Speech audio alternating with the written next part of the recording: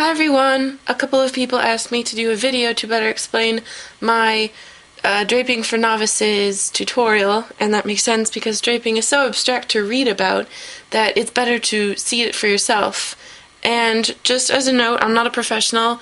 I don't know if these are actual techniques, but I learned them from personal experience, and I figure a lot of people could use them. So if you would like to, please keep watching. You're just going to need a couple of things when you're draping. First off is your foundation fabric. This is the same one I used on my actual dress. I'm using the matte side as the right side and the shiny side as the wrong side because I don't like the shine. It's just a personal preference. I didn't underline this piece like I actually did in my dress bodice, but I would highly suggest it just because it gives you more structure, which is kind of necessary in a strapless dress like I'm making. Polyester chiffon for the actual draping. The polyester really didn't bother me. It's a little less luxurious, but it does the job fine. These are actually two different colored fabrics. I hope that comes up on the video, but I did not do this in my actual dress. I actually used the same exact shade as this on my dress, but I did two different colors so that you'd be able to see it a little bit better on camera. You're going to need scissors, obviously, as many pins as you can find, a needle for basting, some very bright, strong colored thread for basting so that you can see it when you can take it out, and if you're doing any seams on an area that'll be seen on the final product, I suggest a clear nylon thread. First of all, you're going to have to excuse my horribly lopsided dress form. It came like this. It's really annoying, but I got over it. And you really do need a dress form to be able to drape because you need to be able to make the fabric hold to the curves of the body, and you can't sew on your own body, unfortunately, yet. So I'm stuck with this one for now. So the first thing you're going to do is you're going to take a couple of pins, and you're going to pin your piece of fabric in place. And this one I'm going to make the back of my dress bodice. And you want to make it pretty taut so that it hugs the curves of the dress form. Just like that. I've got my draping fabric, and it's just a scrap fabric. If you really wanted it to drape well, you could cut it on the bias, but for the sake of this tutorial, I'm not going to deal with that. And so what we're going to do first is decide what direction I want my fabric to go. And usually you would want your back fabric seams to meet either across in a horizontal line or in a V shape.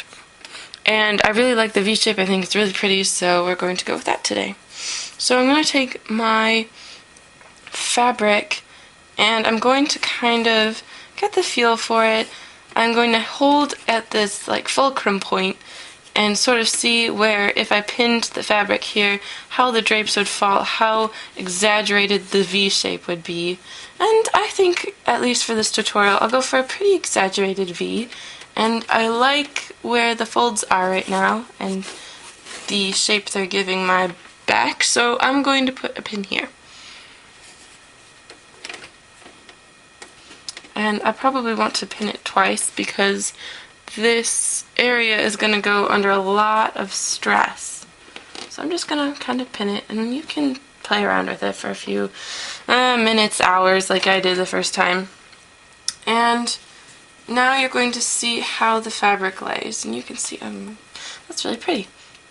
You're going to see that you might not be able to get all the way over here or all the way on this side of the fabric, and don't worry about it. You can always make adjustments, and I can show you how later. But you're just going to kind of play with the fabric right now and see how you like it, how big you want your gathers to be. And I don't want them too big this time, so I'll just do an example. You're going to take just any really piece of fabric and pin it in place. I'm going to pin this up there so that I know I don't want to be too wasteful and miss both sides by running out of fabric, so I'm going to pin this up here to remind myself. But I'm just going to see where my fabric ends, and I'm going to take a piece, just any random piece, and I'm going to pull it. And you can see that my fingers and this pin make a pleat. I'm going to find the edge of my fabric, which is right here. This is the seam. I'm going to just just put a pin there. Now I'm going to gather again, starting from the top instead this time. I like that a lot. So I'm going to take a pin and place it here. And you just keep playing with the fabric until you get a shape that you like. I'm going to show you a couple more examples. I'm going to take this piece and pull it and pin it in place.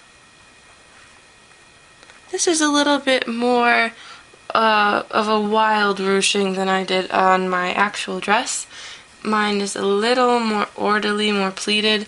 What I did instead was I actually folded it over with my fingers like that.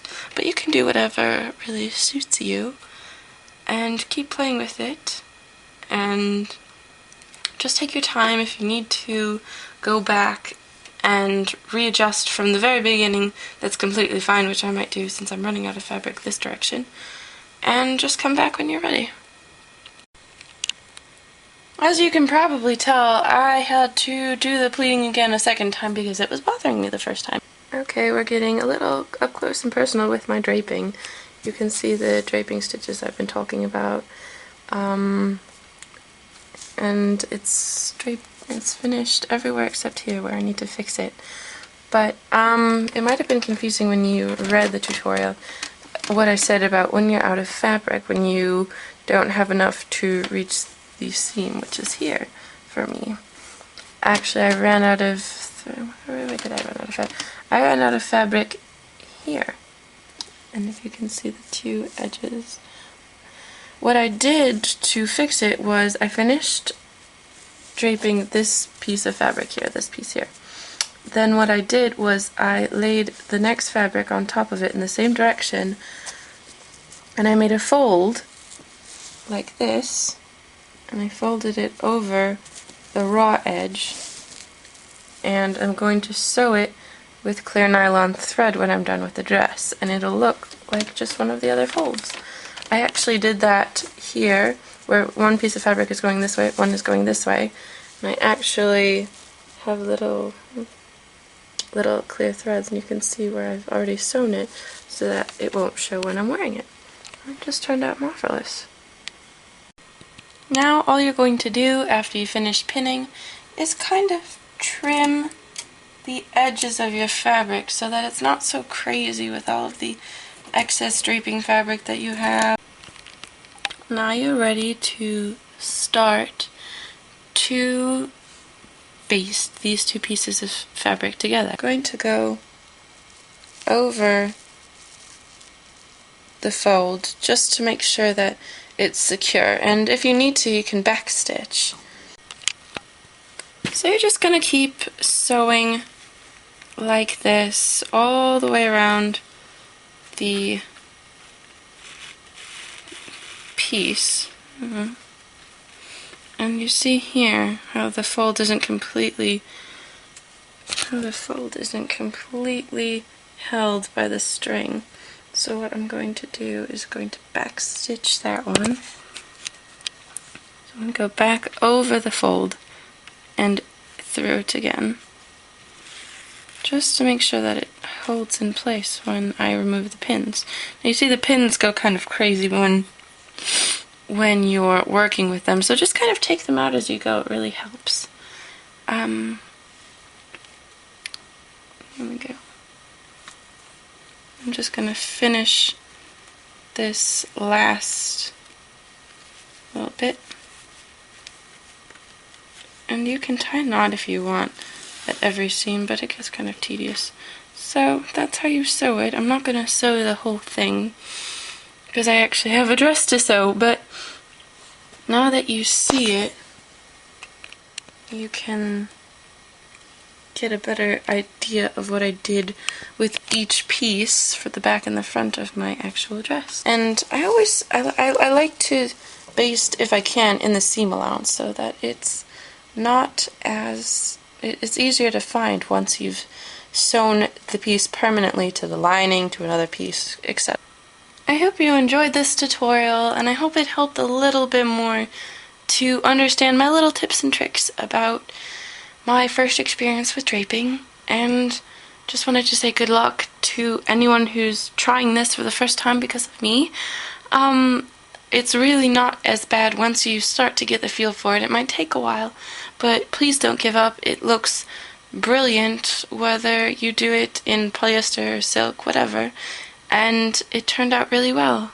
So from a novice to any novices out there, you can do this.